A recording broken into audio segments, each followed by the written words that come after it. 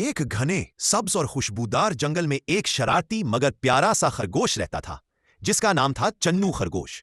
चन्नू को सबसे ज्यादा पसंद थी गाजर। वो रोज सुबह सवेरे उठता, जंगल में उछलता कूदता और सबसे बड़ी सबसे मीठी गाजर तलाश करता। एक दिन जब वो जमीन खोद रहा था, अचानक उसे एक चमकती हुई सुनहरी गाजर मिली। चन्नू हैरान हो गया। गाजर ना सिर्फ चमक रही थी बल्कि बोल भी रही थी। गाजर ने मुस्कुराकर कहा, हेलो चन्नू, मैं एक जादुई गाजर हूं। अगर तुम दूसरों के साथ नेकी करोगे तो मैं और ज्यादा चमकूंगी, लेकिन अगर तुम लालच करोगे तो मेरी रोशनी खत्म हो जाएगी। चन्नू ने खुशी से कहा, अब तो मैं सबसे खास खरगोश बन जाऊंगा। अगले दिन चुन्नू ने जादुई गाजर सबको दिखाई।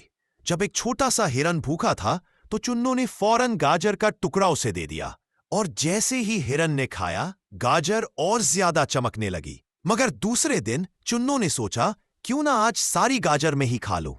जैसे ही उसने पहला निवाला लिया, गाजर की चमक मद्धम हो गई। चुन्नू घबरा गया, हाय, मेरी गाजर की रोशनी तो खत्म हो गई। तभी एक नन्ही बुलहरी आई और बोली, चुन्नू, अगर तुम दोबारा नेकी करोगे तो तुम्हारी गाजर वापस चमक उठेगी। चुन्नू ने फौरन नेकियां शुरू कर दी। उसने जख्मी तेतर की मरहम पट्टी की, भटके हुए परिंदों को रास्ता दिखाया और नन्हे चूजों को खाने के दाने दिए। और जैसे ही उसने ये सब किया, जादुई गाजर फिर से जगमगा उठी। पूरा जंगल उसकी रोशनी से चमकने लगा। चुन्नू खुशी से बोला, अब मैं समझ गया, जादू गाजर में नहीं, नेकी करने में है।